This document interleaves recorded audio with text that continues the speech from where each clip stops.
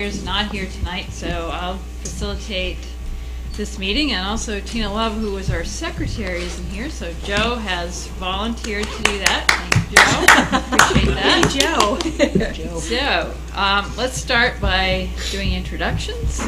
Mary Martin, RSU 16 School Board. Colleen Quint, Minot Budget Committee. Joe Parrott, RSU 16 School Board. Danny Callahan, Minot.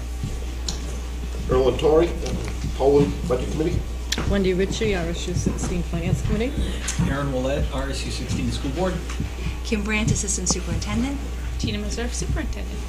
So our schedule kind of for tonight is Tina's got a couple of, or at least one update that she's going to provide for us, and then we have the facilities budget, the CIP budget, adult education, and food service. So we've got a lot of work to get done in a couple of hours. So the first update was a question that was asked having to do with preschool and our 4-year-old program specifically, and how much, one of the things that Tina said was that we actually brought in more money than that program cost, and so therefore it sort of facilitated and supported some other programs, but she has the specifics around that. So we bring in around $7,000 per preschool student. We have about 102 preschool students this year. So we bring in $711,000 in preschool, and 55% of that is paid for by the state, so that's $391,000 comes from the state, and then our local share is $320,000. When we consider transportation, the teachers, ed techs, and supplies, we spend out just under $300,000. So we have around close to $490,000 over our total money that comes in for pre-K that we can use for other programs. So again, that's an estimate. We get a little bit extra money for assessment and technology, and the transportation costs may fluctuate a little bit, again based on gas prices and things like that. But as you can see, we bring in even more just from the state subsidy than what it costs us to run the program. So when we're talking about that as a priority of ours, you can see that with every time we increase the program options that we have for pre-K, we're bringing in programs that fund other money that funds other programs. Any questions about that or comments? Okay, I think we can go right on to facilities. Kim? Okay, excellent. So I wanted to start tonight with just a little bit of context, and that would be that for the last 3 years, our facilities lines in the budget had experienced very small increases. 2 years ago was a 1% increase in those lines. For this current year, a 4% increase. Costs of general supplies and heating fuel have continued to increase. Gary, Tony, and Rich, and they're sitting back there, have worked really hard to repair things as inexpensively as possible to stay in line with our budget. And our facilities continue to age. And just like our own homes, we can patch and partially repair a roof, for example, for only so many years before we need to end up replacing part or all of that roof. This is where we find ourselves now with some of our facilities in our district. For example, the oldest part of the roof at Elm Street School currently has 7 leaks in it. The oldest part of the roof at PCS also has several leaks. These leaks, of course, cause water damage as well as ruined steel and tiles that need to be replaced. We have the roof at each school surveyed to determine its integrity and safety and to slate when we can expect to have to replace it. Of course, we don't go just by that date. We always then assess the roof when we get close to that time. Is the condition better than anticipated? Can we hold off? So we always go through that process as well. At our last budget committee meeting, we were asked if we have a plan of needed repairs out for several years. We do have a list of anticipated repairs due to the aging of our facilities, and of course, unanticipated repairs are likely to happen every year as well. An example of an unanticipated repair that might happen would be that recently Gary had the septic tank inspected at Elm Street School, and what he learned was that the 2 septic pumps need to be replaced. This is going to be at about a cost of $5,800. This was unanticipated, but it's going to happen very soon. We don't have that money currently in this year's budget, so we'll be putting that in as part of the maintenance of effort budget in our request for next year. We've made every effort to be fiscally responsible as we develop these budgets, taking a look at, can the condition wait till the following year? What can wait for 2 years? What absolutely has to happen? Are there any less expensive alternatives that will make sure that we're safe but can hold us off for another year? And every time we ask ourselves, what is the most cost-effective way to handle the repairs that we need to have done? So I'm going to start tonight by reviewing the maintenance of effort budget, and as I do, I'm going to point out money that's in the maintenance of effort budget that could be removed if our requests for capital improvement projects are supported. So I've marked in there what we're absolutely going to have to patch together, do some repairs, but also when we get to the capital improvements project, if that is supported, we'll be able to take some of that maintenance money out of there because it will happen through the CIP. Susan, do you have any kind of a handout? I'm about to do that. Awesome. So Thank Colleen, I you are wasn't- right on time. What I'm passing out this evening, Is it prepared?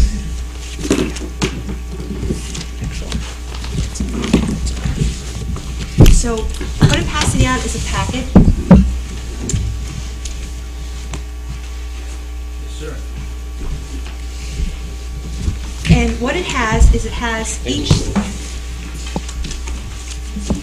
Tony, I think there's some extras in front of Colleen. Oh, sure, sorry.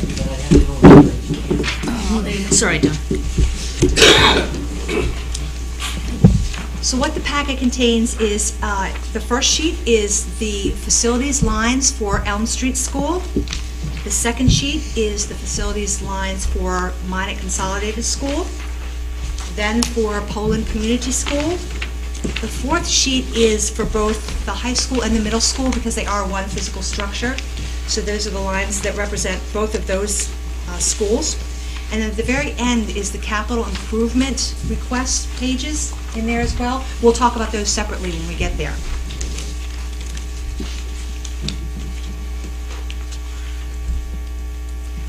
So there are commonalities in all of the schools in the facilities lines, and I want to talk about those as a group.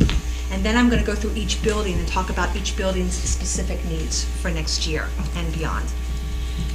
In all of our schools' facilities budgets, all 5 of those schools, or all 4 of the sheets that you have in your packet, you'll see a line for copiers and lease maintenance.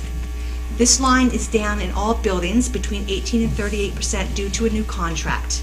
The costs that you see there are different in each building based on the actual, plus a 10% increase for next year. You'll also see a line for PC&L insurance. This is a liability insurance that you've heard Tina talk about at several different meetings. You'll notice that all 3 of the elementary schools pay the same for this insurance and that the high school pays a little bit more. You'll also see a telephone line in all of the school budgets. This line is up 6% in all the schools due to increased contract costs. You'll see a utilities line, and that is up 10% in all the schools due to anticipated increased costs for next year. You will also see heating fuel lines in every single building. Gary and Tony and Rich have taken a look at the actual, what they've used this year. They've also, I know I talked to Gary recently, talked to vendors and to find out what are we anticipating costs might look like for next year, what can we expect for increases. And so all of these gentlemen have taken that information and then decided for their building, according to their actual, what they need to do for their heating costs. So you'll see some different amounts, increases at different schools. You will also see salary lines, benefit lines, and substitute lines. All of these are based on employees and any changes. For example, if someone leaves and we hire someone with either less or more experience, and then the salary is different. It could be salary increases per contracts, and there could be insurance changes also reflected in those lines. You will notice that in Elm Street School and in Minot Consolidated School, there is an increase in the substitute line because they have fewer custodians at those schools, and they need to hire subs to help cover when people are out on vacation or are out sick. And they have to do that just to get the work done that needs to get done. You will notice that at the high school, there is no increase in the substitute line, and that is due in part to the fact that there are more custodians there, and Tony does a great job of being able to cover some vacations and sick days with his staff, his current staff, so that he does some covering inside, so that he doesn't have to have the increased substitute costs. In Poland Community School, 2 years ago, a custodial position was eliminated. We have learned in the past year and a half that we just simply cut too deeply there, and that we cannot get the work completed without incurring overtime costs. That is why there is a .5 or half-time new position reflected in the Poland Community School regular salaries line. We are certain that this half-time position will eliminate the need to increase the substitute line, so you'll see that that's actually decreased as a result. And we also believe that that will stop us from having to pay overtime, which of course is time and a half, very expensive way. We also know that if we have a regular person there, rather than trying to fill those needs with substitutes, that person will get to know the building, will get to learn about the systems, and be more efficient as a result of that. This has been a particularly snowy winter, and so Rich has spent a lot of time with snow cleanup and snow removal, many, many days, and when he does that, he's not there to get work done that needs to be done. And covering lunches is an issue, just getting the basic things done is an issue. So we'll go ahead and start with Elm Street School, which is the first sheet in your packet. What you will notice is that there are some changes in the lines because we're cleaning those up and making sure that requests are reflected in the correct lines. If you look at purchase professional / technical services, you'll see that that line is down 37%. That line covers things like alarm and elevator monitoring, pest contract, generator maintenance, refinishing the gym floor, all those kinds of things. If you look at the purchase property services line, that is down 29%. That covers our water and sewer bills. Purchase repairs maintenance is a line that has been added, and that line is at $49,525. So if you look at those three lines together, you'll notice there's about a $24,000 increase between all three of those lines. That increase is due to four things.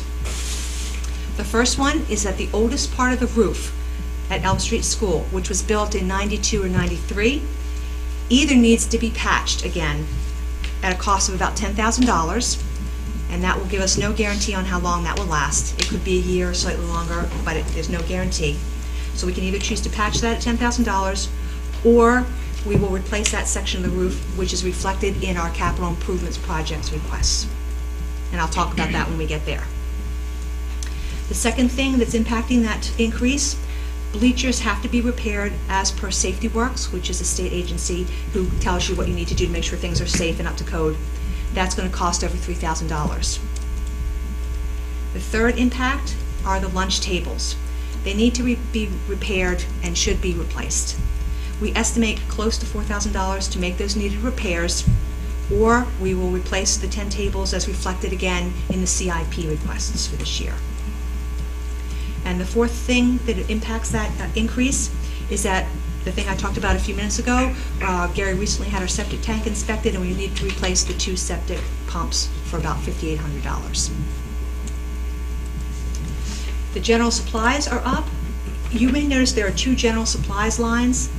The first general supplies lines you can think of in terms of outside work and maintenance work. Could be like screws, painting supplies, things like that.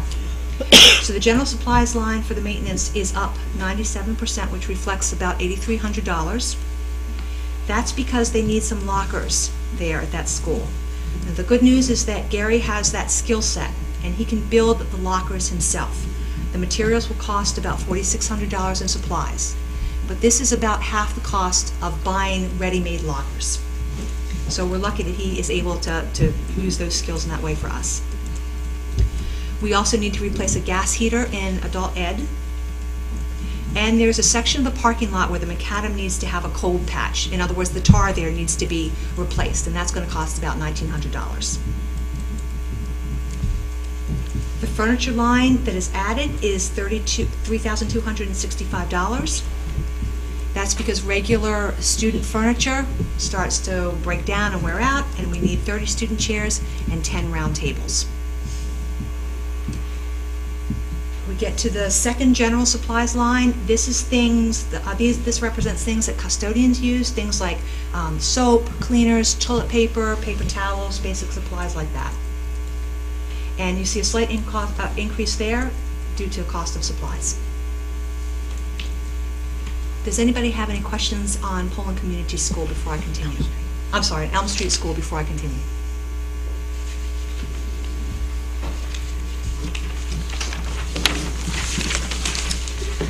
The second sheet in your packet is MCS, Minor Consolidated School. Again, we're cleaning up the lines a little bit and making sure that requests are reflected in the correct lines, so you'll see a few changes. We're also looking to make the lines consistent across the buildings. Purchase professional / technical services is down 55%. Some requests that were originally here have been moved to where they should be in purchase, repairs, and maintenance. That's the shifting of the lines and putting things where they belong. Purchase property services is up 44%. That reflects $1,840 because that's what it's going to cost us to pump out the septic tank there. That needs to be done this summer. Purchase, repairs, and maintenance is the new line that's been added at $27,300. So if you take those three lines again, there have been some shifting, but if you take them and add them up, you'll see that we're actually down by about $1,100. General supplies is up 77%. What we discovered is that we didn't budget enough last year to reflect what we actually need this year, so we're budgeting more accurately for next year for those anticipated needs. Again, this first general supplies line reflects maintenance supplies, things you can think of as outside work, painting, screws, things like that. The equipment furniture line is up 67%, which is $800, because we need some younger grade chairs and an area rug. We're hoping somewhere around 12 chairs for that, and an area rug for one of the classrooms. The next general supplies line, again, that's the toilet paper, paper towels, soap. That is down 13% because we needed fewer this year than anticipated, so we're adjusting those requests for next year. Are there any questions on Minot Consolidated School?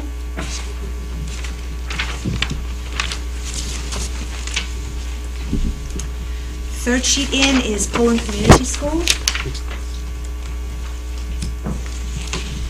If you look at purchase professional services, that line is up 15%, and that reflects a planned schedule of carpet replacement in 4 classrooms for next year. And what our plan is, we'd hoped to replace 2 of those this year, and then 2 every year going forward. We were unable to replace the 2 for this year, so we're hoping to do 4 for next year and then 2 every following year to stay on schedule. That also reflects replacing the K-wing hallway ceiling and lights. Dan's got a question. Yes. What is that, what am I looking at? Why can't I figure that out? The 1, the 3, the 7? The number in the column, it's got a, on this one it says 9, Dan's looking at one that has ones. Yeah, what are these? The second column over? Yeah. That identifies what school it is. Oh, the school. Oh, it's the Okay, school. nowhere here does it say that I can see. No. No, okay. Nope. I had no clue that was in there. Oh, no, you know, I wrote PCS down here because I knew it would be, unless you knew the codes. Yeah, correct, but I okay. did not know 1 meant PCS. Oh, okay, I had no idea, but okay. no, 1. Thank you. I learned that recently myself. Thank you. Okay. So I was talking about the increase in the purchase professional services line. So in addition to the planned carpet replacement in the classrooms, also replacing the K-wing hallway ceiling and lights. They're in really poor condition and the lighting is very outdated. Equipment and furniture is up 35%. As you may know, this year we added a pre-K classroom to PCS, and we had to move the library to accommodate a student-friendly space for them. And we put together the best that we could for this year, but we really need some little children furniture for our pre-K students, and we need a few bookshelves for our library, since that's now in a different space. Regular salaries for custodian. That's what I talked about initially. That is up 20%, representing $11,753. That is the thing that when I said 2 years ago, we eliminated a custodial position at PCS, and in the past year and a half, we have learned that that was too deep of a cut. We can't get the work done without incurring overtime costs and substitute costs. So we are requesting a 0.5 custodian, which again, that's why it's reflected in the substitute line is actually decreased. And we also expect to see no overtime costs. Did you want to add something? And if you just look, okay. All right, so again, sub down. General services, general supplies, again, paper towels, toilet paper, soap, they're down 7% to reflect actual needs. Are there any questions on Poland Community School? Aaron? On here it shows 2 halftime positions. Are those 2 separate, or is that one complete, just split to two categories? Actually, one of them is the regular salaries line, Okay. and then the other one is for regular benefits. Okay. So it's the same position? It's the same position. Just reflected It's just salary in reflected one line salary. and benefits in the Gotcha. other? The other, Thank you. yes. Okay. The next sheet is for the high school and the middle school. Secretary question, Yes. How do I add lines in this spreadsheet that I'm taking notes in? Oh, you should be able to just return. Neat. You can go to the, if you go to the, I guess I shouldn't look, do you want to look? Okay. Sorry. I don't know. That's okay. Talk amongst yourselves. I can't help you. Time out. If that were a regular computer. Hey. So if you go like, excuse me, if you go like this, it will not let you Just keep on going. All right, so what about if we do it like this? Oops, just that one. Where's your table? Where's your insert line? Anyone can help me here. Somebody go grab a student. Exactly. Insert, oops, wait a minute. Insert. Oh, I can't get it. I can't figure it out. We'll figure it out. I'll just take notes outside the box. Okay. How about that? And then you can cut and paste them in. Yeah. So if you're here.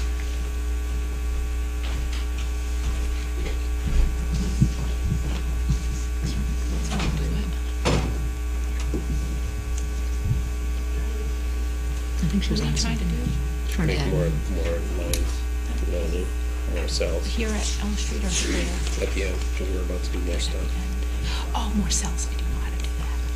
Maybe out here. You get out of the box. Would you do outside the box? Yeah, you have to And be then outside of the box Okay. and then click return. We're good. Thank you. Crisis averted. All right. And we're still in our boxes. Yes, we are. Okay, if you look at the fourth sheet in your packet, that represents both the high school and the middle school because they are one building, one physical structure. And again, there's a little bit of movement of lines to make sure that requests are put in the correct lines. Purchase professional/technical services is up 20%. That's because we moved the dumpster contract that was in purchase property services to this line. General supplies, that's again the maintenance general supplies, is down 8% because sand is being budgeted through transportation.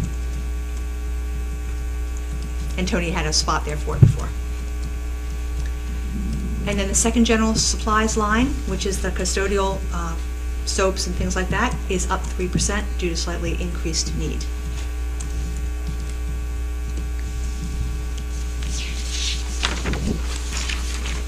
Any questions on this? That building?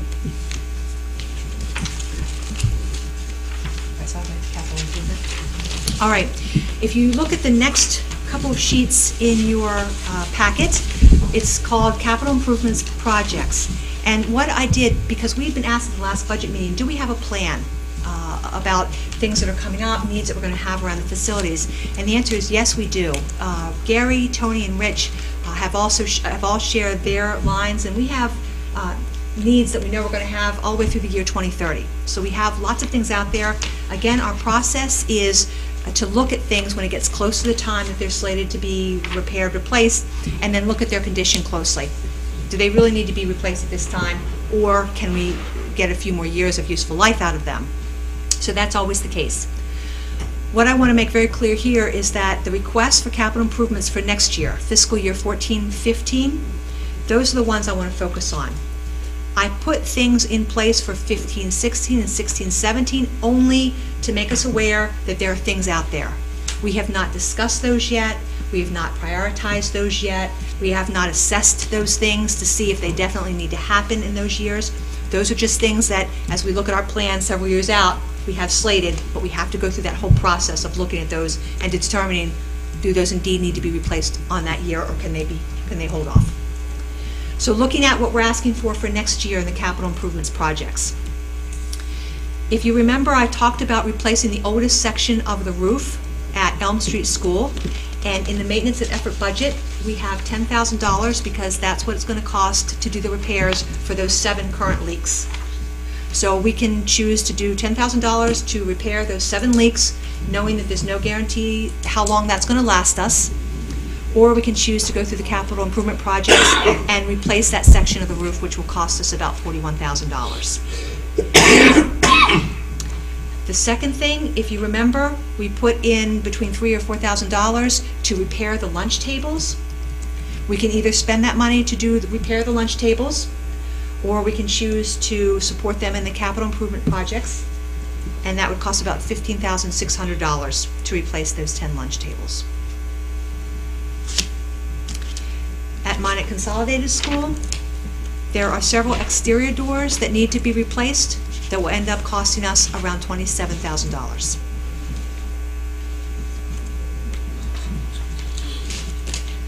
At PCS, we need to replace the two oldest sections of the roof. One was built in the 1950s and the other in the 1980s. And if you remember, I talked about we have our roof surveyed, and then they'll let us know when we can anticipate needing to do some replacement of sections of the roof. And this comes from that. Right, if you notice at the high school, middle school, they have asked for nothing in capital improvements for this year. What is slated to be done is to resurface the track. That is slated to be done this coming year. But in talking with Don King and Tony Bennett, they have assessed it, and they feel that we can go one more year without resurfacing that track, but that we absolutely will need to do it the following year. So we don't have it in for next year, but you can expect to see it in for the following year. It will need to be done in that year. And there's nothing imminent right now in the central office for next year.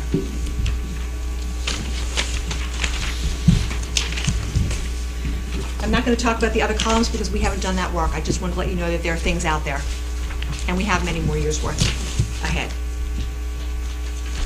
Do you want me to move forward with my priority list at this point? Or do you want to talk about garage, or do you want to talk about?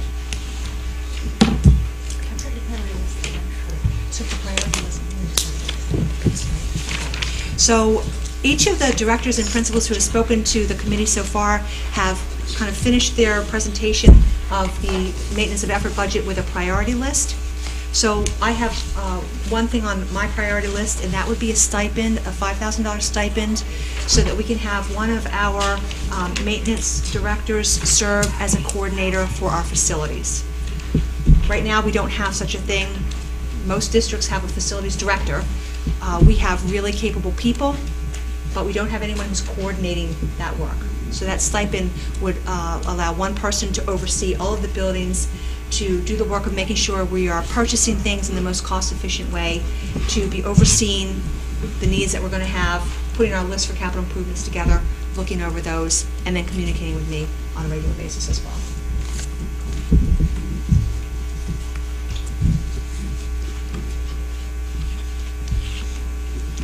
Anybody have any questions for Kim on anything she's gone over so far?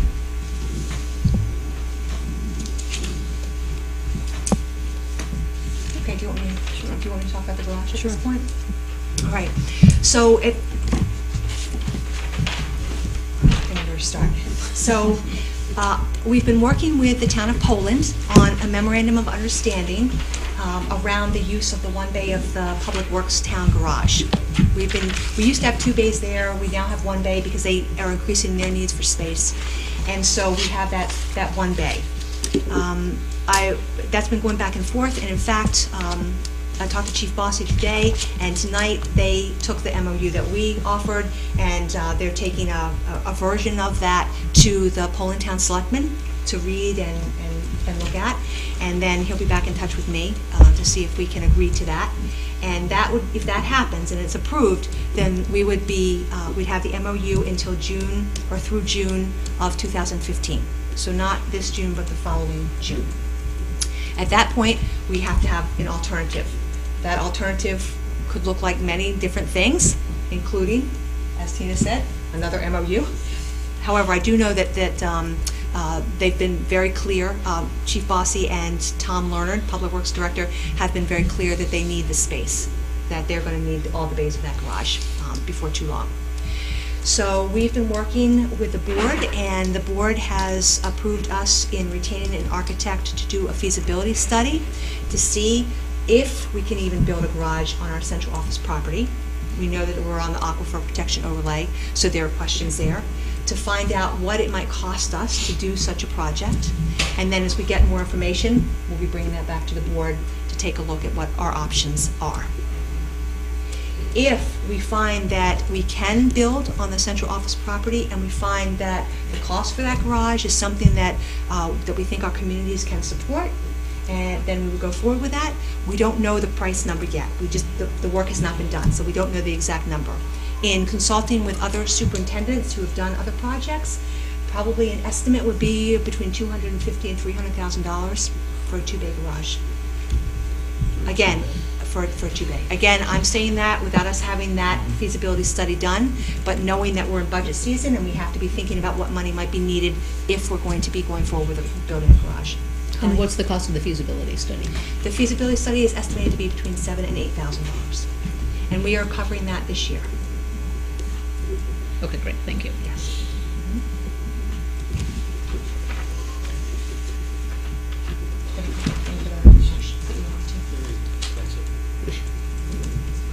Mm-hmm. Our addition to line up garage down there. Yep. 3 days. Right. What we spent? Was it 68,000? 38. Oh, 38. Can you say that louder? Town of Minot put a 3-bay garage up last year without a feasibility study, without all the state and federal mandates and on and on and on. Built it from scratch, $38,000. Would you like to build our garage? You wouldn't like it because you wouldn't have a feasibility study. You'd hire somebody who was knowledgeable enough to build it. There's a code enforcement officer here in town. It seems like there's no educated people to do it in-house. I think part of the complicating factor with ours is where that land is. Is that correct? Yes. Correct. It's over the aquifer. Yes. And so we have the DEP to work with, and also, you know, we have town regulations, and so it's complicated. Oh, it is. I don't make light of it. Yeah. I agree with you. And our most recent information is that there are problems with us. There are possible problems with us building at all in Poland on our land. Not just a question. Couldn't help but notice in the property right next door to this property is for sale. Is that Tom Lerner's property? I don't know if it's a house and garage there. I don't It know. might be the same. So I met with Nick Adams, the code enforcement officer in Poland. I had done some research on the Poland land use code and all those kinds of things, just trying to find out, you know, can we find out what we need to know before going any further about whether or not we can actually build on the central office property. So I had questions for Nick, and we found out some good information. I don't know how much detail you want me to share. Go ahead. So we found out that we, at one point, before we completed the central office building, in the DEP permit, we had explicit ability to wash buses on that property. The DEP, the site permit is for all of us there. Sure. The RSU building, the fire station, Public Works. So, The town has a permitted separately. So I got very excited. I thought, well, that's good news. And I asked some more questions, and Nick was very helpful and continued to look through the file. And then we discovered a more recent DEP site permit that once we built the rest of the central office building on that property, they explicitly removed the right to wash buses. Should have quit while you were ahead. You're right. No. So we know that it's very complicated in that way. So I was also asking Nick questions like, do you know of properties around or garages around? I mean, I know that we explored, when I say we collectively, not me personally, I think a year ago, the property on the corner of 11, and I think that was between $500,000 and $600,000 at the time to get that. So that was out of the question for us. There are other things, like I think it's Perry maybe who has the garage across from the Village Kitchen, who has a garage there. So we're gathering information all over the place to try to figure out It how would to be do nice this. if you could build it down where it is. You Right. can't, you can't. Right, I know. Well, that's what we're hoping to do, because we've got the space there for all the buses and everything else, and it's, and we own the property. So we wouldn't be incurring additional property purchasing costs. Common sense. Yeah, so. All right, do you want me to keep moving on? Sure. Okay, all right. So the next thing, I've been, I was just gonna say I'm sure you deal with DEP and whatnot, and of course, all the bills are already include, no question, but most of the garages today have recovery systems for the floor drains. yes, And you can almost have 100% containment, yes, and, Yes. which would, you know,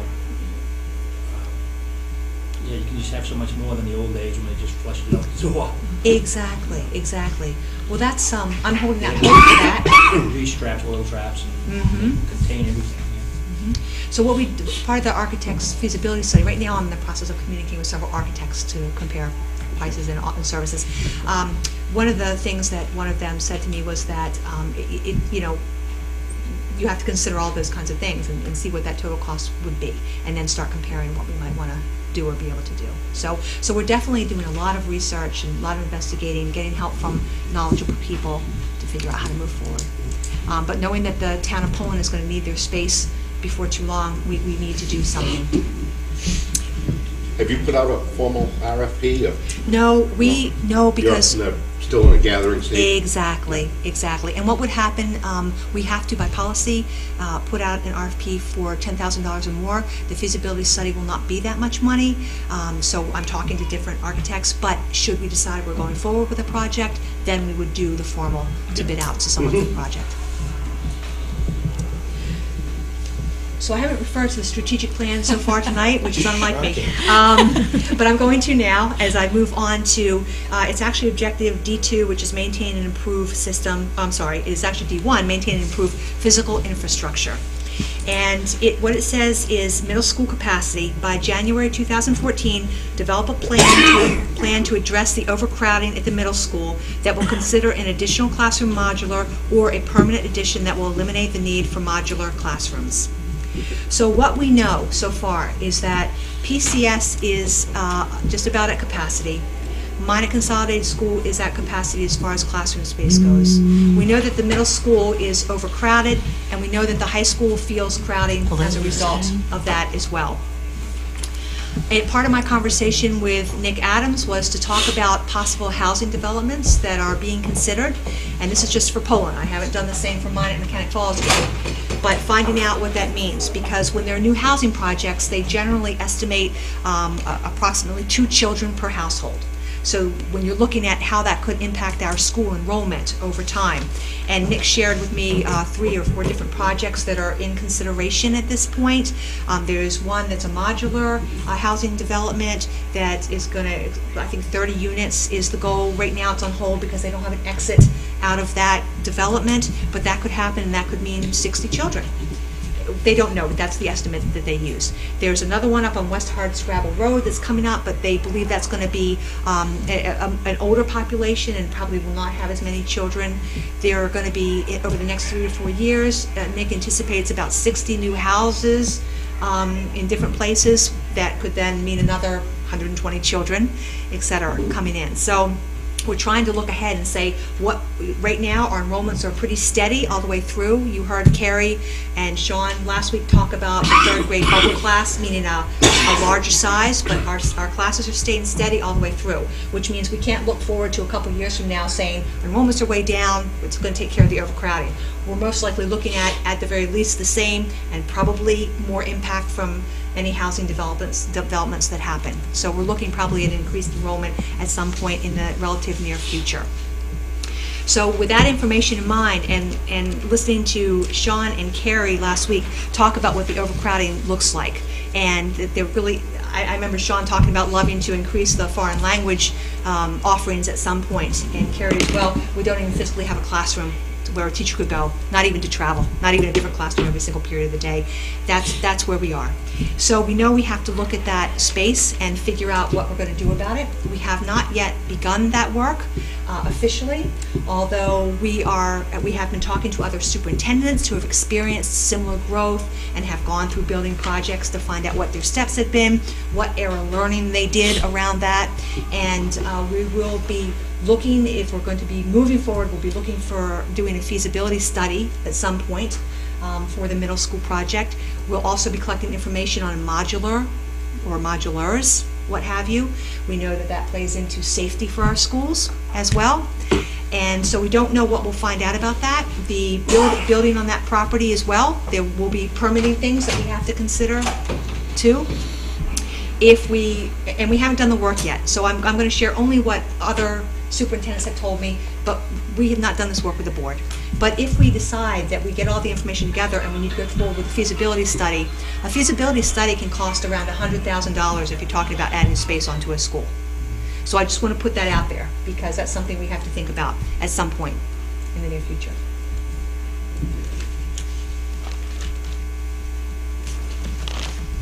Any questions for Kim? She's given us a lot of information. Okay. Aaron. I'm sorry. Just as I'm looking through this, I just popped into my mind on PCS, and I'm sorry to revisit this, but it had heating at $100,000. But Bruce M. Whittier in Poland Regional was at 95. Seems like a much larger facility. Why is PCS so high?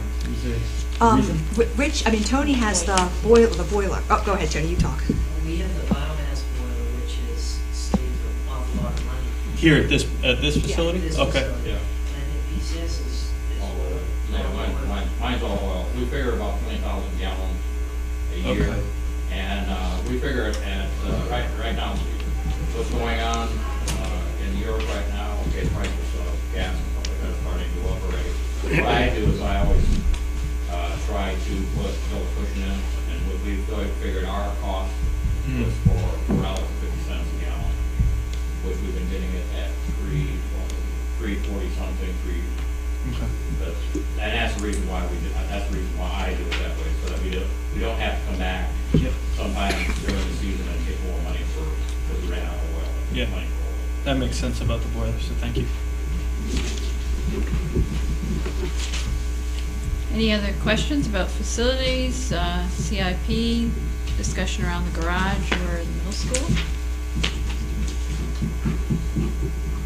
Okay. Do we want to move on to adult education? And Jenny Rose is going to talk to us about that.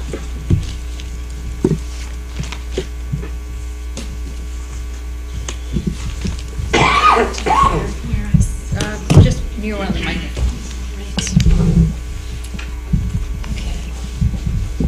So I will have a handout for you in a minute. But I thought I would start with an overview of adult education so that we're all on the same page. We're located in Elm Street School in the former junior high middle school wing. We have 4 classrooms there.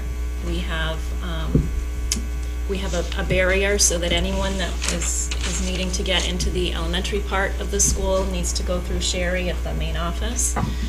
And we are open for academic classes for students 4 days a week, and that's during the day from 9 to 3, and also at least one evening for students. We're also open for other kinds of classes, for enrichment programs, 2, sometimes 3, or even 4 nights a week during the busy time of our enrichment classes. In addition to myself, there are 5 core staff. There's an academic teacher. She works 25 hours a week, and she provides high school credit classes, that kind of instruction. She provides high set preparation, which is, it used to be GED. The state no longer offers the GED, so we now have what is called the high set test. It's very similar, but that's what I'm referring to when I say the high set. Most people think of adult ed as a GED program, when in reality we graduate more high school diploma students through our program than GED students or HiSET students. So that's important to know. So she provides high school diploma credit instruction, HiSET preparation, and she also assists with college prep. So we have a lot of students that are coming for increase of skills in math, writing, reading, especially some older students who are coming back to get ready to go to college after they've been out for a while. We have a career advisor who is 25 hours a week. She provides career advising and exploration. She will sit with students and have them do some kind of career inventories and learning assessments. They do exploration about job opportunities and how to go online and search for a job these days. She registers all of our students. She does all of the intakes when they come into the program. And she supports classroom instruction when we're very busy. And she also will substitute for the teacher if the teacher's out sick. We have a literacy tutor who works 20 hours a week, and she meets with basic adult education students. She provides reading support, and she assists also with fine arts credits. She's somewhat of a local artist. She's actually exhibited some work locally, and so she, when students need a fine arts credit for high school diploma completion, then she helps with that piece. We also have an administrative assistant who's 26 hours a week, and he is, in addition to doing the daily, deposits, answering the phone calls, registering students for classes, he also is trained to conduct official HiSET testing. The HiSET is a high stakes test, so you have to go through all the hoops to make sure that you're able to do what the state requires to be able to do that. And we have a computer instructor who provides 6 to 8 hours of computer instruction a week, which is usually three classes a week during different times of the day to meet all of people's different needs for different times of the day. And then in addition to that, we work with another 25 to 30 other individuals in the community or local areas to offer enrichment programming. And we serve roughly 400 people annually through that, and those would be the classes that you see in our brochure. Fitness, hunter safety, hobby classes, and we have one-time presenters that might come in and just share something that they've done or a place they've been. And the main reason, when we get together in adult education programs, the main reason for our enrichment programs is really to increase awareness and support for our school districts. So we're hoping to reach people that may not otherwise be involved in the school district. They might not have kids, and so we're trying to reach some other people to bring them in. And our main concern with those classes is to break even. If we can get enough people to register for a class that will then pay for that instructor, and it's usually an hourly rate, then we'll run the class. Some classes are very popular, and we end up making something off of those. Occasionally we'll run a class with maybe one less than we need, and that offsets. I think we probably, a lot of times classes will be canceled because of low enrollment, but I think in general we're 3,500 maybe to 5,000 with revenue that's been generated through that. And then other revenues. So besides enrichment classes, we can charge for the computer classes that we offer. College preparation, we can charge for that. We also have grants. And then we have revenues that come in from the 16 to 20-year-old subsidy, and that's something that Tina referenced with the ED 279 form, and also last week we talked about that a little bit. The 16 to 20-year-old subsidy, the local share, and the state subsidy. So this is, I can just get a few this time. Oh, okay. Thank you. A few people missing tonight.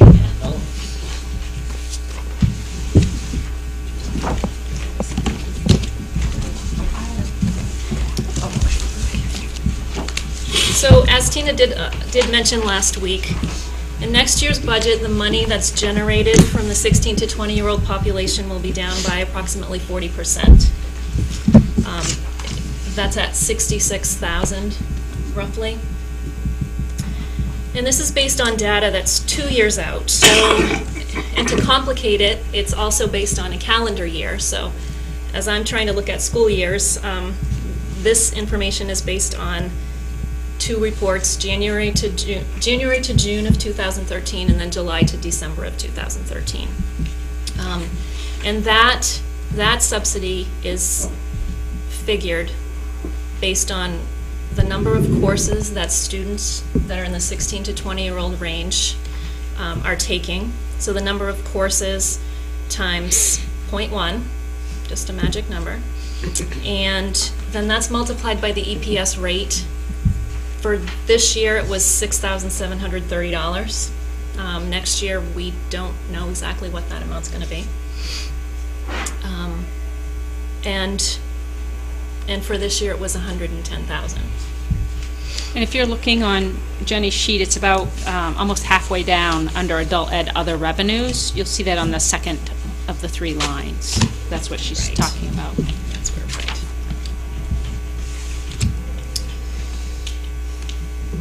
And as I looked back, the numbers have been on a downward trend for the last several years, since at least 2008, 2009 school year. Some of that I expect is related to Bakerstown closing, and that was an alternative ed program that we had. I'm sure probably maybe some of you are more familiar with it than I even am. But when that program closed, I think we had students that kind of finished up, and so that kind of trickled down. And I think there are a number of other factors collectively that would affect that decrease. A trending decline in dropout numbers, for one thing. And in reality, the best case scenario is that the 16 to 20-year-old line dries up. We don't want those. We don't want that age dropping out of school. So if they're staying in school, then we're not getting them. And are we losing some? Yes, we are. I'm sure we are, because they will come and sit in my office and say that they're going to come to school every day. And sometimes their parent is sitting next to them, and I'm thinking that maybe this is a little bit of the excuse to let me drop out of high school, because I am going to keep going to school and I'm going to go to adult ed, but then, you know, with the good intentions, after the first couple of weeks, sometimes we don't see them. And we follow up and we follow up and we follow up until it feels like stalking. And so I'm sure that that there are some that are not attending, but I think that there has been a decline in the dropout numbers. And I also, and I guess a lot of this is just speculation, but when we moved into Elm Street School, that was the fall of 2011, I think that there was a lot of stigma that was attached to us being in the elementary school. So I think that that could have had a little bit to do with numbers as well. And another big factor is adult education has changed over the last few years to where the rigor has increased, the expectations, the reporting systems. We are requiring more out of a high school credit for high school completion students than was required in the past. They're earning those credits, and we've increased attendance requirements.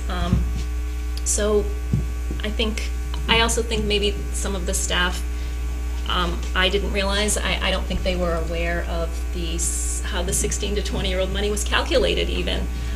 So, you know, if someone was doing a little bit of extra work, it was probably just rolled into a credit that they were working on, and not realizing that it's important to count all the work you're doing in each different kind of course. So we're increasing the diligence with that. And having said all that, we're not any less busy. So on the flip side, our 20-plus population is increasing. So our older adults are increasing. They are coming back to finish high school diploma requirements, to get their high set. They used to come for computer classes to brush up, and that's not just what they're coming for anymore. Now they're coming for college preparation, realizing that they need more than just, computer skills. And their needs, their goals, and their aspirations in that older population has increased. So looking at the budget, Tina and I talked and looked at options, and we've been talking over the last several weeks. And one of those options is the local share. So in this budget, you will not see an increase to anything besides the 3% increase for pay, the 10% increase in benefits. There's a telephone increase that you'll see somewhere in here that that we're looking into, because it's a little, we're not sure that it's correct, but other than that, the expenses, there are no increases to expenses. The local share, we are proposing an increase to that. As I looked at other, I reached out to area directors and asked them, what's your local share? And where ours has been 47,049 for the last, at least for the last 5 years, and from what I understand, when we became an RSU, we took what each town was paying at that time. It was 47,049 as a total, and that's what we did with it. So I can't even tell you how long it's been that way. But when I asked the question, Lisbon was the closest to us in terms of numbers, and theirs is 98,000. Farmington and Livermore Falls were both around 120,000. And Turner was at 149,000. And if with this kind of an increase, increasing the local share also increases the amount that we are able to count, or that we're able to generate from our adult ed state allocation that you see in the middle of the state revenues. Because of the way, and this is the state subsidy, because of the way that this is calculated, it establishes a ceiling using the local share and the previous subsidy. So when we have worksheets that are given to us by the state to kind of estimate what we're going to get for subsidy, and when I put the 70,000 into that worksheet, it has the potential of increasing. It has the potential of increasing our state subsidy allocation in 2016, because it's just because of the way it's calculated. It has the potential to increase that by $8,000 in the next year.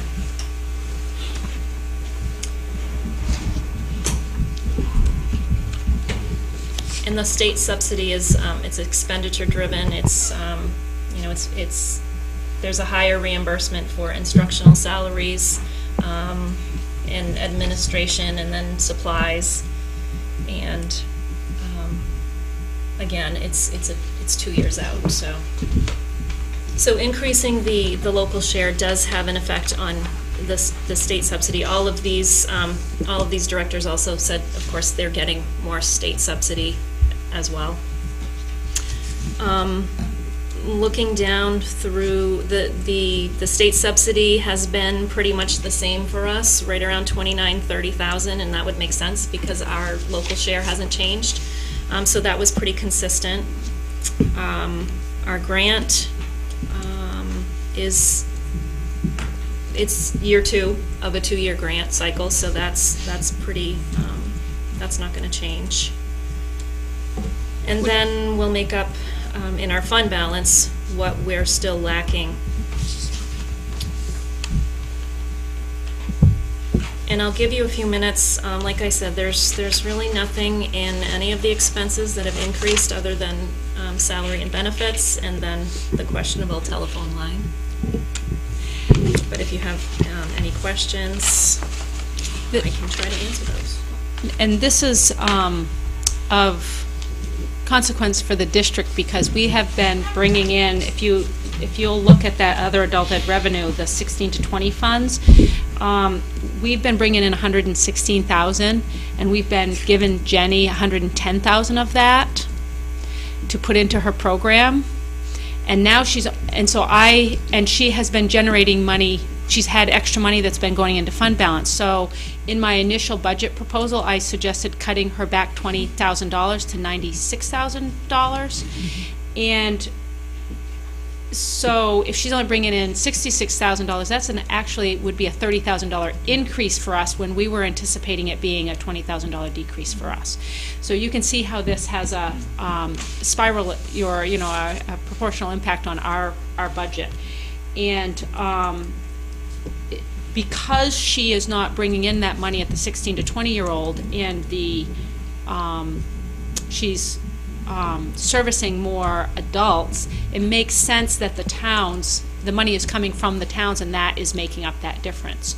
And where this is, like I said, just been an arbitrary number of 47,000, and it's half to a third of what most towns are paying in, increasing that allows her to keep her program running. And we figure if we do that and use her fund balance, it gives her some time to generate programs that will bring in more funds and help hopefully fund the program a little bit more solidly in the future. Now, where does the fund balance show? Is that in this under other revenues, or? That's the first line. Wendy, where is It's, that? First one under adult and other revenue. Okay, the first one is the fund balance. So proposing spending $30,000 next year from the fund balance, $30,710,000.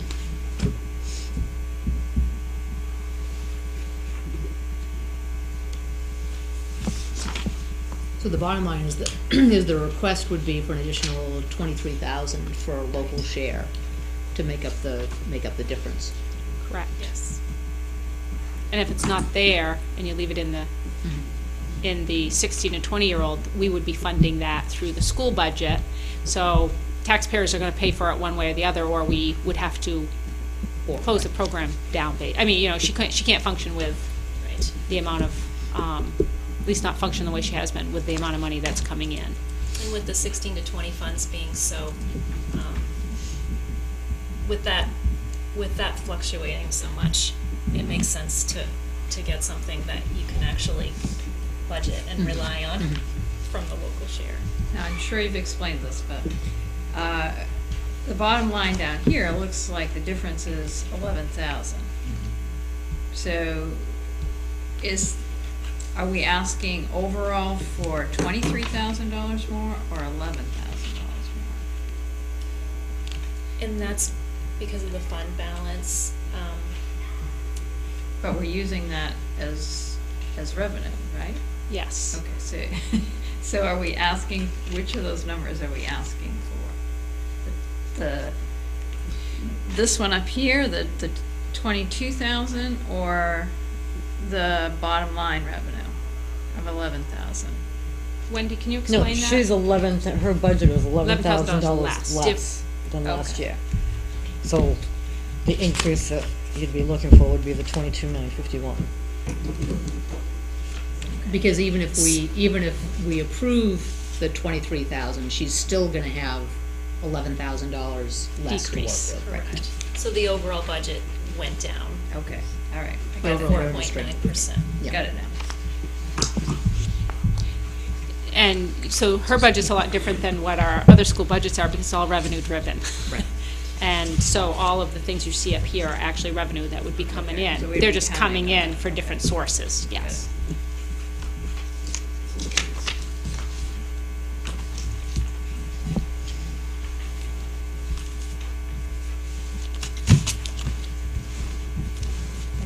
have any questions for Jen? Okay, Thanks, Jim. thank you. So it looks like we have food service next? We Or do. you have some other things? We have food service next. And food service is similar to adult ed, it's revenue driven. So they don't have a budget in the same way that our other programs have. However, the district has been paying money into food service. And this year it's $15,000 that we allocate to go towards food service, but in the past it's been about $40,000, at least for a couple of years. So, and Mike cut it back to $15,000 when he did the budget last year, and basically just said, we need to not spend so much in food service. And what my concern is that reasonable? Because, you know, every week you're creating meals, and it depends on who buys them and how much those meals cost. You know, we have a specific amount that we get in for the meals. And so I asked Wendy to pull the audit sheets for me for the last 4 years to see how much we actually paid in, and was it realistic that she had $15,000 this year, because if she goes over, we have to pay for it, whether it's budgeted or not, because we have to feed the students. So when I looked at the sheets, in 2010, she needed $37,000 from the budget. It wasn't, was that the year that it wasn't allocated and we had to pay the difference? Was that? No, that was the next year, sorry. So she needed $37,000 from the budget in 2010. The following year in 2011, there was no local transfer, but she was in the red for $36,000. So again, we had to cover that cost. The following year, they budgeted $40,000, and she needed $43,000. So we covered the $43,000. And then in 2013, we put in $40,000, and she needed $42,000. So I'm pretty concerned about the fact that we have $15,000 in there for this year, and what that's going to look like at the end of the year, because clearly we have a pattern of needing around $40,000. In my original proposal, I said I thought we should increase it to $20,000, and now I'm questioning whether that's reasonable, because at some point we're going to have to pick up the extra if we can't stay within those lines. And you know, this year we had a staff member that we didn't replace when they left, and so that would be a savings around $20,000, and they've been able to cover the work that person did with the staff they have. So I think there's a possibility of saving that $20,000, and of course there's always that opportunity for us to watch our menus closely and request that they stay within the subsidy lines as close as possible. But I won't feel real confident until we get this year's audit and see how well we did with that. So that's one of those things. As I'm looking at this, I'm wondering if $20,000 is going to be enough, and if at the very least we want to maybe go to $30,000 to make sure that we don't end up in a hole that we don't have money to cover. Do I remember from a couple of years ago, I remember we had a conversation about doing breakfast at the school, and that part of it was presented as being a good thing for the kids nutritionally, a good thing for the kids educationally, and kind of like the kindergarten, the pre-K program, it had the opportunity to bring additional revenue, and we were going to quote unquote make money on that. But from the numbers you're sharing, I'm not hearing that we're making money on that if the amount, the deficit we have to fill each year has been the same. So can you give me an update on how that works or doesn't work? So we had a presentation of food service early in the year, and Betty did talk about making money this year. The problem is that when you're looking at the audit, they're taking in depreciation, costs of food and supplies, donated commodities used, and so they take in everything. And so what's our inventory on the shelves? So on a cash basis, we may have earned some money from that, but from an audit basis, it's different. Yes, and so that's some work that Wendy and I have talked about doing with Betty Hayes to really go over what the audit's showing, and then talking about how we can track how we're doing fiscally during the school year, because, you know, the revenues don't come in at the same time we're doing the expenses. And so it's difficult to know, like I can't look at our financial statements and say, oh, we're at 0.4 right now, that's right where we're supposed to be, because things come in at different times. And I'm not exactly sure how the universal breakfast works, but I've heard, I'm with you, as I've had those same conversations, and I think until we sit down and we do the comparison and say, we've got to look at what the audit's telling us, because this is the bottom line. They've done a complete review of our system.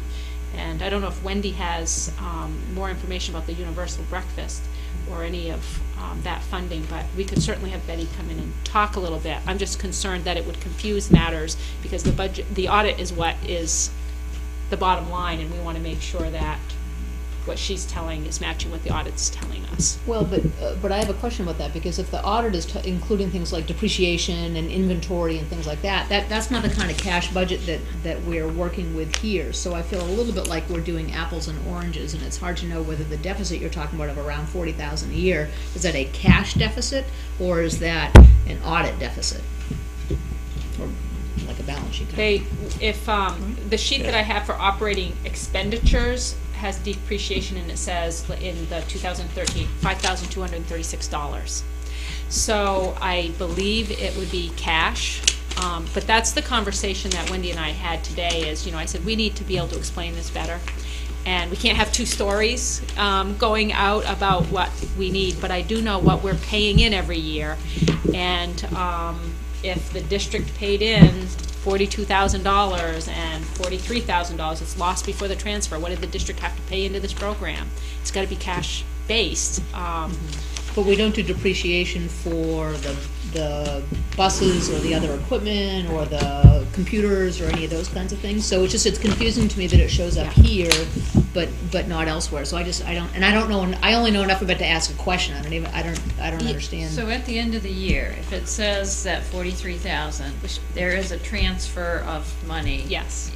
Into that, because by law that has to be balanced at the end of the year. So whatever. So in essence, thank you, Mary. It is a cash, because that's what we're getting charged for it each year. I understand now. And we could ask the auditor, how do they come up with that $5,236? I just can see the list in front of me about what the costs are and how much we had to transfer into the program.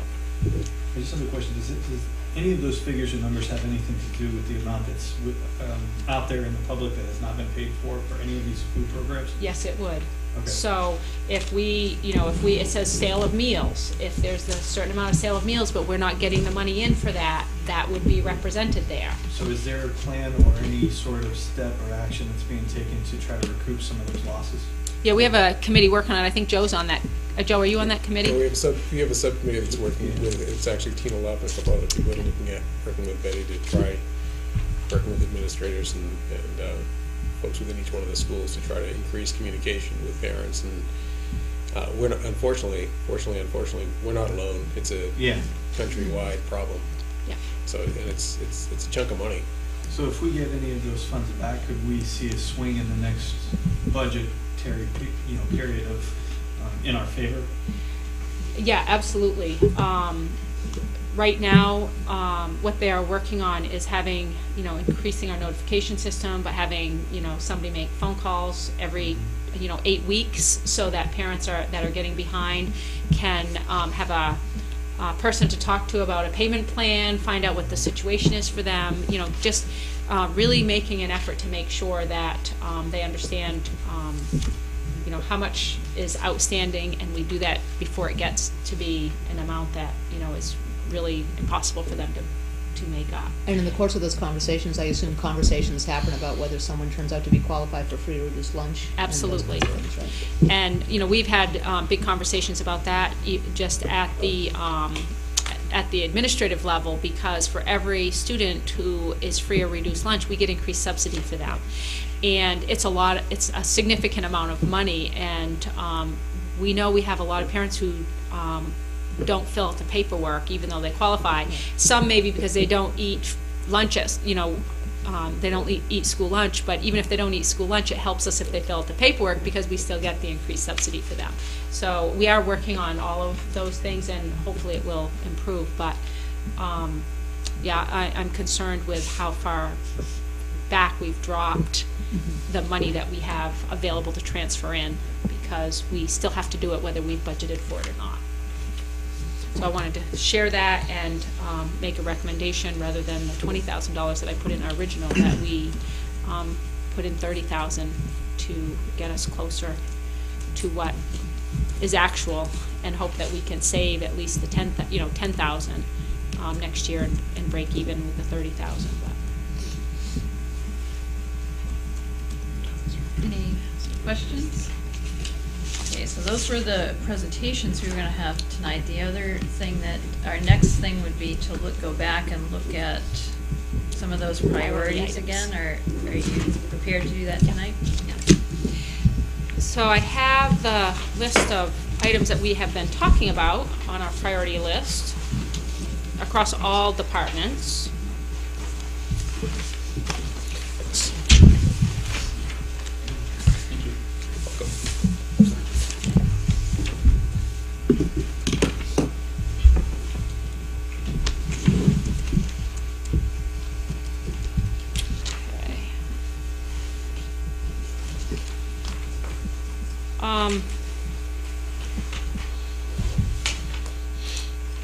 You can see this priority list has somewhat of an order.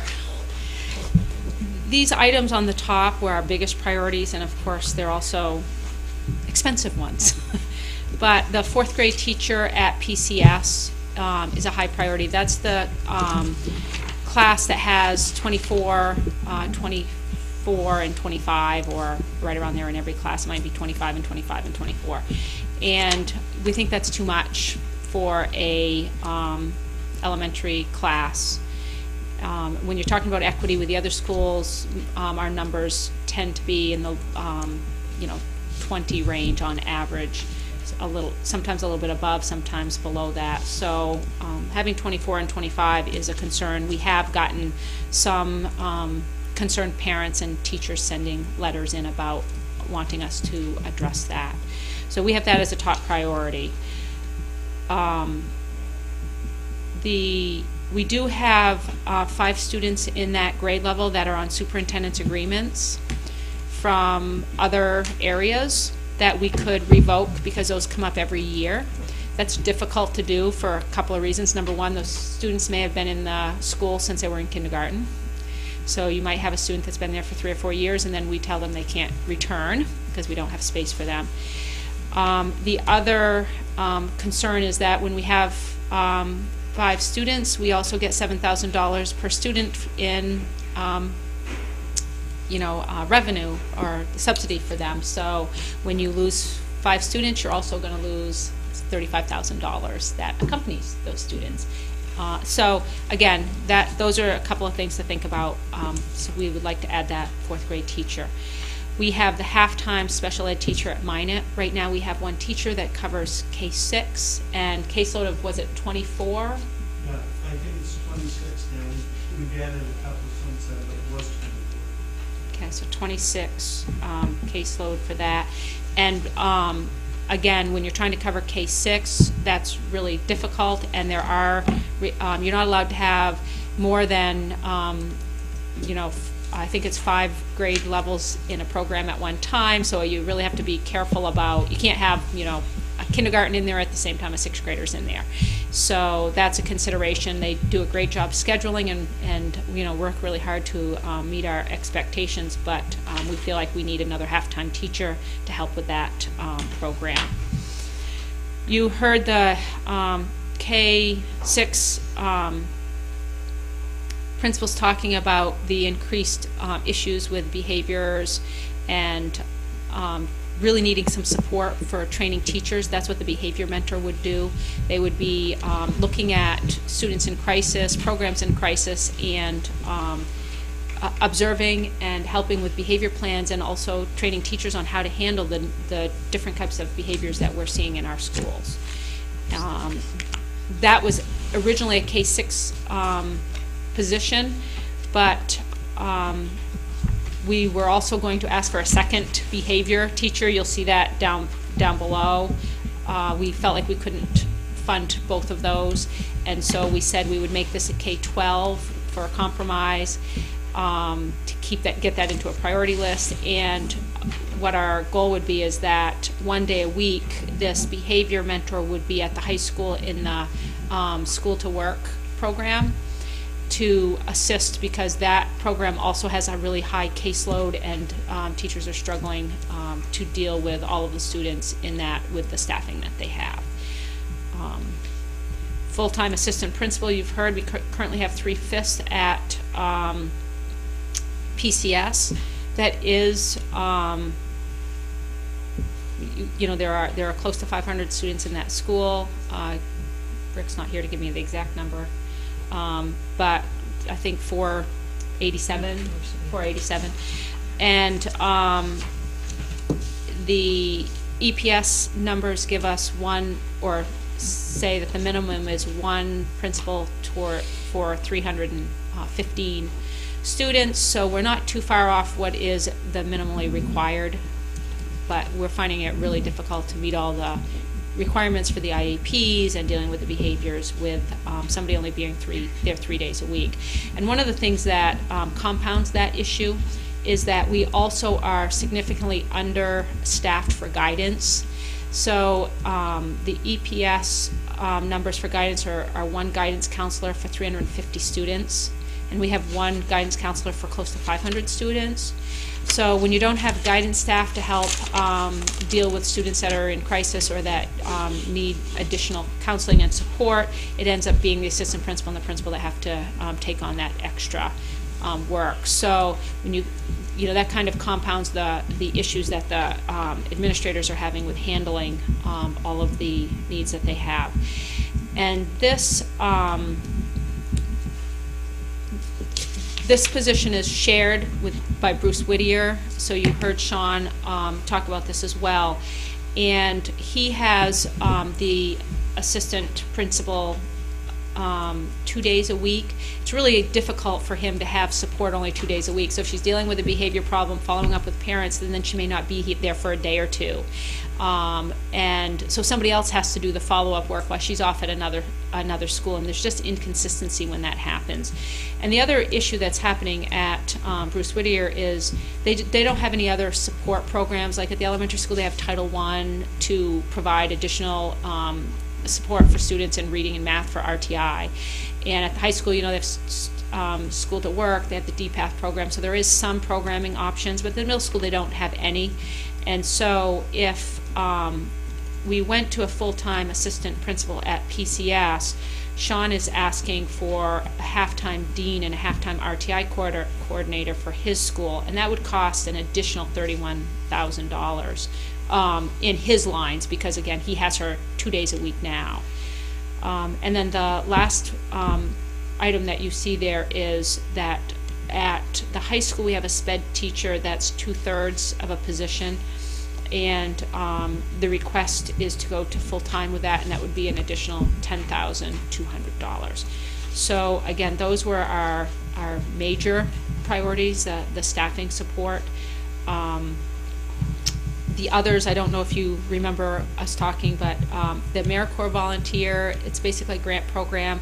The district's in-kind allocation would need to be $7,000, and then the grant pays for the rest of that person. That would help at the high school with making connections with students. Carrie, anything else you want to add about that position? Yeah, one of the things that I used to have a Leslie Hirschlag here full-time at the high school who did a lot of work with students who were disengaged from school. She's now part-time ELL for the district. So that loss of time, we sort of thought we'd figure that out, but it turns out that there's actually a loss of contact with kids that are struggling. So for a pretty minimal amount of money, I sort of submitted a letter of intent, which doesn't obligate us, to Google Industries of Northern New England, which is submitting a second round. They've already had one successful round of AmeriCorps volunteers here, so this would be our second round, and we've joined with them. We can pull out at any time, but that would be the match that we would provide for that person to be here for a year. And if I'm remembering correctly, Carrie, the 2/3 position you have, when we pulled Leslie out for her 1/3, we actually increased the special ed person to 2/3. Yep. But Leslie has some unique skills, Yep, and she's picked up 2 classes actually, which she didn't used to do, Yeah. because we can't balance everything. So she's teaching in DPAP, and she's also now co-teaching a government class. So she's not available, she's in classrooms. Right. So it's just her, when we used to have more of her, it wouldn't have mattered that we put her in classrooms, but now, and she's not in the building every day, so that's the other challenge. She's going over down the street school, so. But thank you for reminding me. yeah. So, so that request again is, it's not for, of course, a teacher. It would be a 18 to 22-year-old who would have a primary responsibility of making connections with kids and assisting in those connections. And you know, it kind of goes along with our the dropout prevention work that we do. And again, RTI can be impacted with that because they would have a support system for if there were behavior issues or other issues. This person could help support some of the plans that the administrative team and the teachers have for particular students that are at risk. The security cameras you've heard about, the TV studio, again, the equipment that we have is just really old. It's still analog. We're in digital land now, so you know, the board for the board meetings and all of that, being able to post those for people to see, that it's making that challenging. We had the additional team leader at PCS request an additional RTI coordinator at PCS. This was an equity request, so PCS has close to 500 students. They have one RTI coordinator. Minot and Elm Street also have one RTI coordinator for less than 300 students. So the staff member that they have doing this is you know, struggling to keep up with the caseload because, of course, they have almost twice as many students that they are trying to service. And that's the same that would be true of the team leader. Elm Street School has 16 leaders, PCS has 5, and again, the team leaders are organizing the professional development work. They, you know, assist the principal in leading various activities, RTI meetings at the elementary level. So Rick would like to have an additional team leader as well. And then you'll see Kim's request for stipend for a facilities coordinator. That's not necessarily that far down on a priority list. We've just got them chunked. This one is just down there because it was the most recent one. The feasibility study for the middle school, high school edition, we don't know what that would cost. Again, we heard from, you know, the RSU 51 that theirs was around $100,000 or more. So we just for the feasibility. That's just for the study. Study and So we're talking and for a design. garage less than $6,000-$7,000, but for the school it's $100,000. Yeah, there's all kinds of grounds. Well, and groundwork, and you've got to remember that, you know, the garage might cost $200,000 or $300,000, but, you know, a middle school addition may be over $1 million. So, you know, just it's a lot more complicated.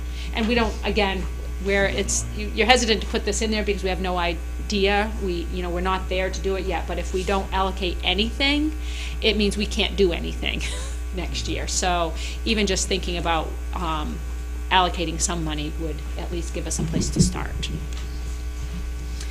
And the last thing I have on here is if the halftime dean of students, halftime RTI quarter are not approved, that impacts both the high school and the middle school because, again,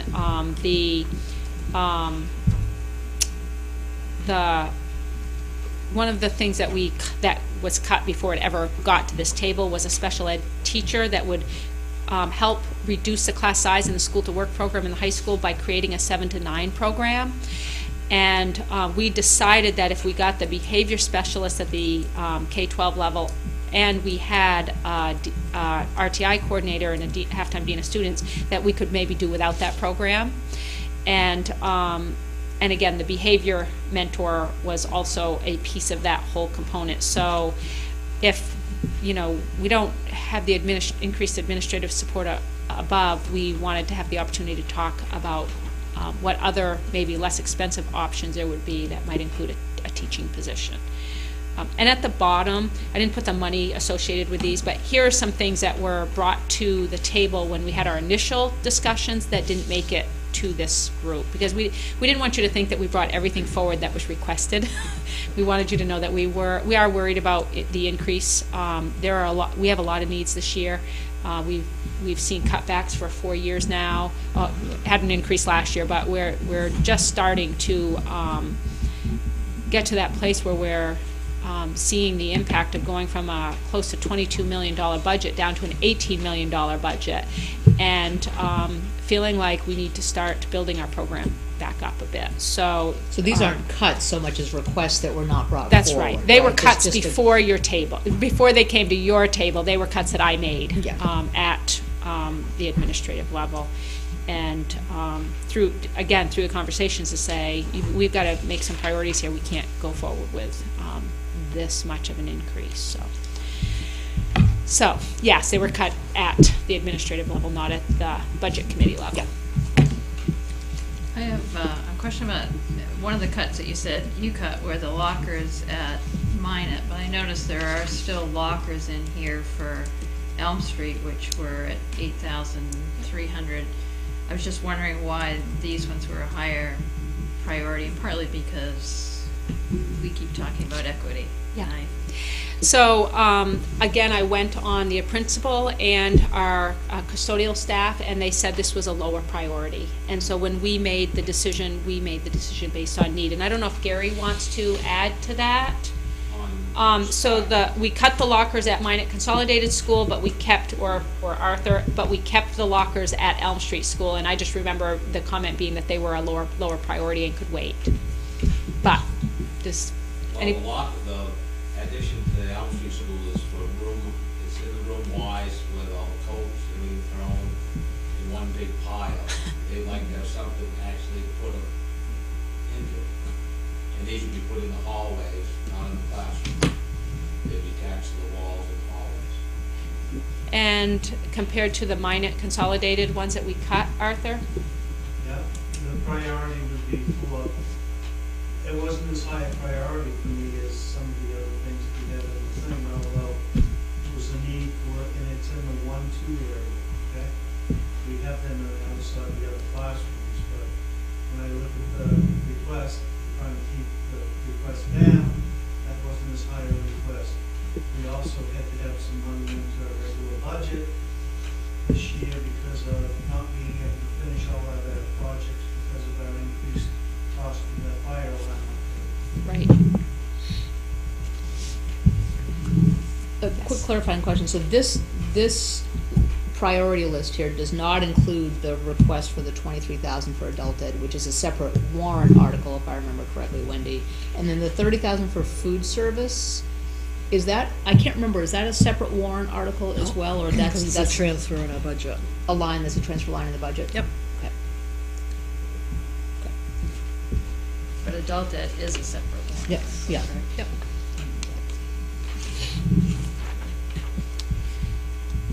Any other questions? Anybody questions on the priority list, or? I'm sorry, what's the number that the other bucket we talked about tonight was capital improvement, right? We did the facility stuff, and that's all included in the budget, but what about capital improvement? Is there a recommended figure for how much to put into the SIP fund? Part of that will depend on where we put if we put money for a garage in capital improvements, or if we, right, Kim? So the paperwork that you have does not include the garage in there. No. So do you want to tell them what's your line's total rate? That's what I was doing, I was just adding them up real quick. So it's about $97,000 for what's in here, not including garage. Got it, thanks. Do you And remember we- what we did this year for capital, was it 60? 80. It was 80,000. And we will have about, aren't we supposed to have 60 left over? Right around 60. So we had money already in there and we put 80,000 more, and we're expecting about 60,000. Is that after, All the projects all the are done. projects are done? So we're expecting to have 60,000 left in there. So would we Um, net that against the 97 request, or does it not work that way? You could do that, but then you would have nothing left. So the way we talked about it last year was that you don't want to, if, say you need 97,000, you don't want to just put 60 plus 37 more. Right. Because the whole part of a reason for a contingency Contingency fund fund is for is that there's contingencies. actually contingency Got it. money in Right. there. Okay. And so our initial thought process on that is that every year we would put in $80,000 unless there becomes a time where that line increases significantly. And because this line is 97,000, if, that would only leave 60 in there for contingency purposes. And that's not including if we want to do any work on a garage. Got it. Thank you. Right. And the feasibility study could go in capital improvement line as well. Or it could go like in a board line for like purchase professional services. But I would recommend it go into CIP because that's a separate warrant article. And if it were voted down, the one article were voted down, we would know maybe more clearly that they're voting down the garage or the amount that we're putting in there. And I think that would be helpful as compared to whether, if it's in our board, our board professional services line, we may not know what exactly they are voting down. So I would recommend, if we are going to go forward with something for the garage, that it probably shows up in our capital improvement line.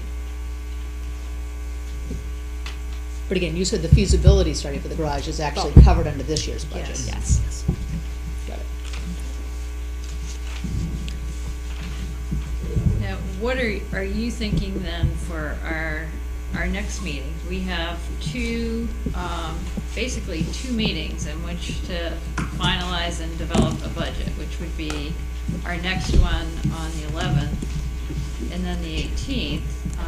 On the 25th, we were hopeful to meet with town officials and have some kind of budget Preliminary to budget. Oh, yeah. discuss with them. So that gives us a couple of weeks, and we have at the end of March, last week in March, first week in April, the informational meetings at the three towns. So we really have a lot of work to get done in the next two meetings. So I don't know if we want to talk about how we move forward from here to sort through this so that budget committee members feel like they have the information that they need to do that, because we're going to have a lot of sorting through to do. I don't know if anybody has some suggestions around that, or if Tina, if you've got an idea of how we would go about that. Oh, so a very important thing though is when are we gonna find out from the state what our, is that, maybe that's what you were about to speak to? We have not received our 279s. Right. And we were told February vacation. I have not received any update on that. The only update I've received is from the insurance bids. We were told that the highest increases would be 9.5%. So we budgeted 10, and last year we were at the bottom. The highest was 13, and the lowest was 3, and we were at 3%. So I think that bodes well for us, as long as our experience factor is pretty similar. But again, until we get those numbers out, we're, that 10% to a 3% is how many? Sorry, Wendy. That's a lot of money. How about that? And so when we get those numbers, it can make a big difference to go from 10% increase to a 3% increase. And again, you get your allocations and you feel much more confident that you can say, here's how this information impacts our voters and taxpayers. So we don't have, I think it's hard to make these decisions when you don't have any of that information yet. Right, and do we have a new signal from DOE about the 279s? They have not given us any reports about when they're going to come out, except to send an email saying, stop calling us. Basically it said that we have been slowed down by school districts who are breaking apart. Oh, and right, we yeah. are getting a lot of calls about when they're coming out, and please know we're working on it. So they didn't really say stop calling us, but that was the that's what I inferred from the email. And so I know I don't remember if it was Auburn or Lewiston, but I remember seeing in the paper that they had even delayed the start of their budget because they were waiting on information, and we may end up having to be in the same place at some point if in the next week we don't get them and we don't feel like we can make these decisions without our revenue. We could do the same thing, but. Is there any information that the Budget Committee wants from Tina for our next meeting? Something that would be helpful to make those decisions? I know it's probably a frightening number to think about, but if we feel like this priority list is priority, we would have liked them to be in our first budget to you, because we feel like they're all essential, and we don't want to lose any of them, to be honest with you. But we know that we have to think about our communities as well, and we want to be sensitive to that. Would it be helpful for you, for us to do a comparison of if we had our priority list in, and we had the $30,000 for food service, and we had the all of the changes we've talked about, and our priority list, what does that bottom line look like? We could pull out the repair lines that show our cheaper alternatives and present what that big picture is to everybody, and then go down and say we can't have that type of an increase, or and start talking about what we can pull out. Yeah, well, but I just don't know how you want to go about that. My feeling is that it's helpful to see the two pieces. I want to make sure that we went through section by section in the underlying budget, and so just kind of spending some time as a group talking about that, the quote unquote maintenance of effort budget, to see where our level of comfort is, what that bottom line looks like. Right. And you have to operate on an assumption that, at least for now, that the state revenues are the same, and then we have to adjust once we find out what those are actually going to be. But I feel like I want to have a discussion around that first, and then to have the discussion around the priority items. Okay. But to know the true total of the priority items, all the different pieces, and then what gets subtracted out of the underlying budget if we do some of these things and some of those other things go away. So let's say this total number here is 200,000 to make up a number, and maybe you back out of that 54,000 from the other budget, so the net is whatever that 140. Sure. Yeah. So we could do that. Yes. We could look at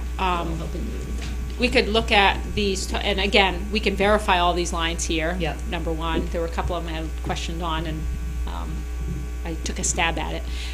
The cost of the full-time assistant principal, I wasn't sure if that was right. I was going to check with Wendy on that. So we could do that and then back out, like you're saying, the savings that we would incur if the priority list goes through, and then at least you could go, okay, here's our maintenance of effort budget. Here's if they're all and here's in. the net figure. Right. Okay. For the priority items. With a bottom line figure for both of them. Yes, absolutely, Right, 'cause absolutely. I think that would be helpful then. Okay. Both the bottom line dollar figure and percentage. Okay. Figure. Increase. Yeah. Okay. And then the big piece you need to do after that, but we really can't do until we know the state number is, as well as the the contract and the insurance numbers, is then what's the impact per town, per Right. mill. Yes. Right, because that's ultimately how a lot of people make their decisions. Right. Exactly. Right. So, Yeah. yeah. Any other questions or things you'd like us to come prepared with next week? So if we don't have those numbers for 2 or 3 weeks, we'll go forward with just a conversation to begin with, and then know that that may have to change based on